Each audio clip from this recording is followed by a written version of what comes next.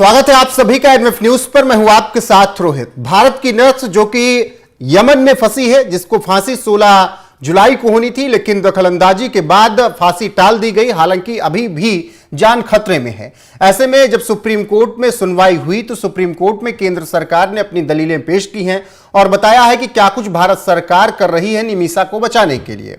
क्या कुछ हुआ आज सुप्रीम कोर्ट में, इसी पर चर्चा करेंगे। मेरे साथ हैं वरिष्ठ पत्रकार पंकज प्रसून। लेकिन चर्चा की शुरुआत करें उससे पहले क्या कुछ सुप्रीम कोर्ट में हुआ वो आपको एक बार बता देते हैं।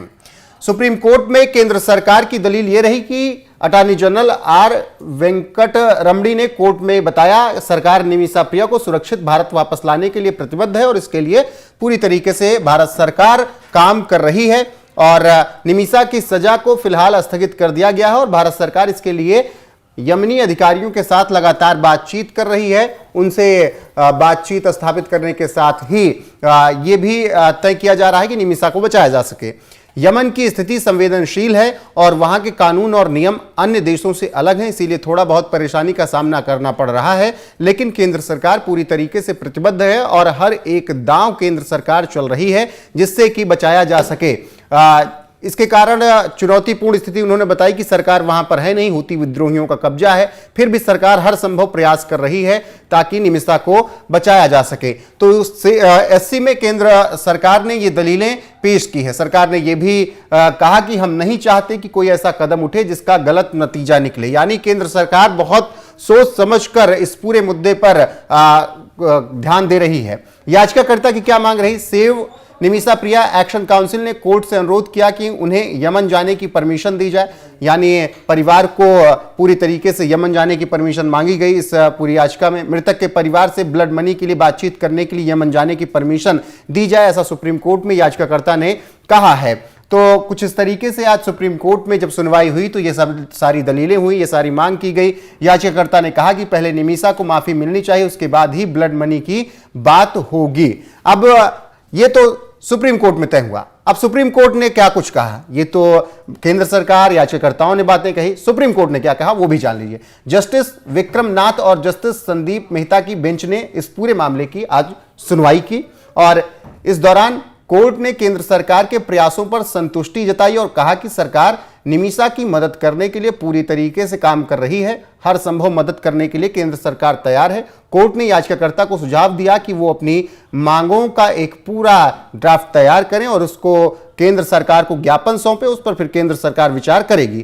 कोर्ट ने अगली सुनवाई की तारीख 14 अगस्त 2025 तय की है और केंद्र सरकार ने उस तारीख को अगली अपडेट रिपोर्ट पेश करने के लिए कह दिया है और बताया है कि 14 तारीख को जब अगली सुनवाई होगी तो हम जो नई स्थिति होगी उसको दाखिल करेंगे।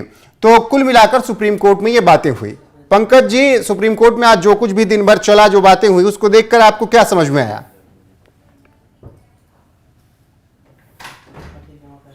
देखिए, साफ साफ बात है कि भारत सरकार अपनी ओर से पूरी कोशिश कर रही है। दूसरी बात, एक अभी और बड़ी अपडेट आई है। अभी से 2 घंटे पहले अपडेट ये आई है कि जो तला क्या है, उनका जो नाम है मसूद, क्या नाम है उनका, जिनकी हत्या हुई थी, तलाल तलाल, उनके परिवार ने साफ साफ कहा है फिर से आज कि किसी भी कीमत पे न तो निमिषा प्रिया को माफ करेंगे और न ही ब्लड मनी स्वीकार करेंगे। वो ये साफ साफ आज फिर से उन्होंने कहा है और उन्होंने ये भी कहा है कि अब्दुल फतह महदी नाम है उनके भाई का, उन्होंने ये कहा है कि चाहे कुछ भी हो जाए न्याय तो हो रहेगा। ये अड़ा हुआ है परिवार वो सामने, इसलिए भारत का जो ऑप्शंस है ना वो थोड़ा सा लिमिट हो जाता है। लेकिन वो लिमिट की बात तो केंद्र सरकार ने भी सुप्रीम कोर्ट में कही कि वहां पर सरकार है नहीं, विद्रोहियों का कब्जा है। जी बिल्कुल, और यही बात तो भारत की सरकार भी कह रही है ना कि देखिए, अगर वो जो महदी का परिवार है वो अगर किसी भी तरह राजी हो जाए तब तो इनकी जान बच सकती है, पर वो राजी नहीं हो रहा है। 8 करोड़ रुपए ऑफर किए गए हैं भारत की तरफ से कि हम 8 करोड़ रुपए देंगे, जाने दीजिए, माफ कर दीजिए, लेकिन वो बोला कि नहीं, इंसाफ तो होकर रहेगा और अल्लाह के कानून के अनुसार इंसाफ चाहिए उन्हें। अब भारत के सुप्रीम कोर्ट में याचिका दायर की थी, अगर भारत सरकार के प्रयास में जरा भी कुछ कमी होती तब तो कुछ कहा जा सकता था। तो भारत सरकार के प्रयास में कोई कमी नहीं है। बियॉन्ड मतलब बोलते हैं ना कि नॉर्मल कोर्स ऑफ एक्शन वो जा रही है। अच्छा बताइए कि भारत की सरकार वहां के रिलीजियस लीडर को ऑन बोर्ड ला रही है। ये वहां के सिर्फ जो सरकार में जो हूती विद्रोही हैं वहां उनसे नहीं।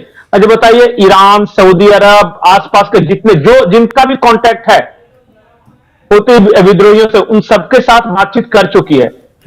स्पेशल अपॉइंट किया है वकील इनके लिए, निमिषा प्रिया के लिए। एक सामने वाले के परिवार जो मादी परिवार है उससे बातचीत करने के बोला कि तुम्हें क्या चाहिए तुम बताओ ना, सब कुछ देने के लिए तैयार है, बस सिर्फ माफ कर दो। लेकिन सामने वाला अड़ा हुआ है तो अब क्या कर लीजिएगा। और प्रूव्ड केस है ना ये कोर्ट में। अगर देखिए मैं आज भी बोल सकता हूं कि भारत सरकार बहुत जोर आजमाइश लगा के टाल रही है 16 जुलाई उसके बाद, लेकिन जब तक वो परिवार माफ नहीं करेगा इनकी भारत वापसी मुश्किल है।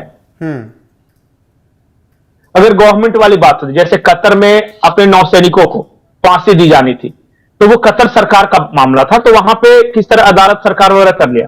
लेकिन जो कानून है उसके अनुसार जब तक उस परिवार माफ नहीं करेगा निमिषा प्रिया को, नहीं बच सकती।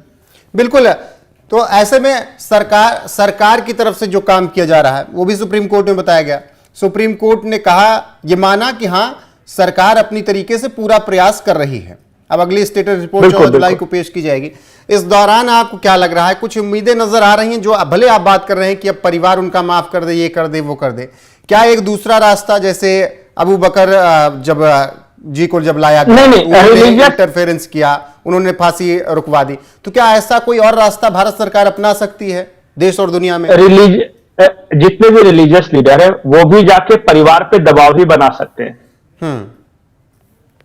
जो अच्छा और क्या कर सकता है बताइए ना। दूसरी बात रही कि एक और रास्ता है, मैं आपको बहुत महत्वपूर्ण बात बता रहा हूं कि भले ही वो महदी का परिवार राजी ना हो, लेकिन कुछ ऐसा किया जाए कि हूती विद्रोही जो वहां प्रशासन चला रहे हैं वो कहे कि नहीं मैं छोड़ूंगा चाहे जो हो, और वो शर्तें रख सकते हैं भारत के सामने। उसमें से एक शर्त यह भी हो सकती है, एक शर्त यह भी हो सकती है कि आप हूती विद्रोहियों के सरकार को मान्यता दे दें। हो सकता है ना कि ठीक है हम छोड़ देंगे, चलिए उसका परिवार नहीं माफ करेगा तो, लेकिन हमें क्या फायदा होगा? पैसे वो बोल रहे हैं नहीं चाहिए, बोले और क्या चाहिए हूती विद्रोहियों को? वो सीधे बोल देंगे कि मान्यता दे दो, तो क्या कर लेगी भारत सरकार फिर? एक तरीका तो वो भी है। अब या तो वो परिवार कन्विंस हो जाए और नहीं तो वहां का प्रशासन संभाल रहे हूती विद्रोही कन्विंस हो जाए।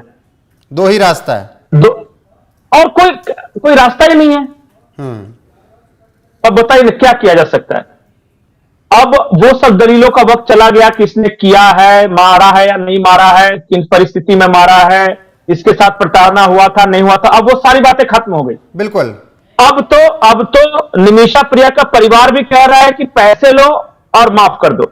लेकिन निमिषा प्रिया का परिवार यह भी कह रहा है कि सुप्रीम कोर्ट में कि हमें पूरा तरीके से जाने की इजाजत दीजिए वहां पर, ताकि हम उनके परिवार से मिल सके, बात कर सकें। अरे भाई भारत सरकार तो ले जाएगा, सामने वाला इजाजत देंगे तब ना। ये हूती विद्रोही परिवार से मिलने की इजाजत देंगे किसी को तब, तो ऐसा नहीं थोड़ी है कि भारत सरकार प्रयास नहीं कर रही होगी। अरे कुछ दिनों पहले तक इंडियन डिप्लोमेट जो रिप्रेजेंटेटिव थे उनको भी नहीं मिलने दिया जा रहा था। ये स्थिति है वहां। ठीक है पंकज जी। और कल को जाके मैं एक सेकंड आपको बता रहा हूं, वो हूती विद्रोही हैं, वो कोई रेगुलर गवर्नमेंट तो है नहीं, वो तो लड़ाकू हैं। कल को जाके इनके परिवार को के जान अगर जोखिम में आ गई तो एक को बचाने के चक्कर में 4 को और भेज दे। मान लिया कि उन्होंने इनको किडनैप कर लिया, कहा कि भारत सरकार नेगोशिएट करे, तो क्या कर लेंगे? बिल्कुल इतना रिस्क तो नहीं। वो विद्रोही है ना, वो विद्रोही है ना, वो कोई ऐसा कोई थोड़ी ना रिस्पॉन्सिबल गवर्नमेंट थोड़ी ना है, वो लड़ाके हैं। बिल्कुल इतना रिस्क तो नहीं बनता है। बाकी सुप्रीम कोर्ट में दलीलें केंद्र सरकार ने पेश कर दी और बता दिया है कि निमिषा को बचाने के लिए क्या कुछ प्रयास किए जा रहे हैं, और पूरी तरीके से भारत सरकार प्रतिबद्ध है कि वो निमिषा को सुरक्षित बचा कर ले आए। हालांकि भारत सरकार ने यह भी कहा कि हूती विद्रोही हैं उधर, उनसे बातचीत स्थापित करने में मुश्किल आ रही है और हम कुछ ऐसा कदम नहीं उठाना चाहते हैं कि जिससे चीजें खराब हो जाएं। जी पंकज जी, आखिरी टिप्पणी। अगर कोई रेगुलर गवर्नमेंट होती कोई सरकार होती या यूएनओ का कोई मान्यता प्राप्त दल होता, तब चीजें आसान हो जाती, शायद तब किसी तरह दबाव बना के नेगोशिएट करके वापस भी लाया जा सकता। लेकिन वो हुती लड़ाके हैं जिन पे खुद प्रतिबंध लगा हुआ है यूएनओ का, अमेरिका उनका दुश्मन है, इजराइल उनका दुश्मन है, रोज लड़ाई कर रहे हैं, वो जहाजें लूट रहे हैं वहां पे। अब इनको आप क्या भरोसा दिलाइएगा बताइए? बिल्कुल, जिनके पास केवल और विद्रोह करना है, कब्जा करना है, मारपीट काट करना है, उनके लिए कोई ऑप्शन है नहीं कि उनसे बातचीत कैसे की जाए। बाकी भारत सरकार प्रयास कर रही है, आगे जो अपडेट आएगी आप तक पहुंचाएंगे जरूर। बने रहिए हमारे साथ। नमस्कार।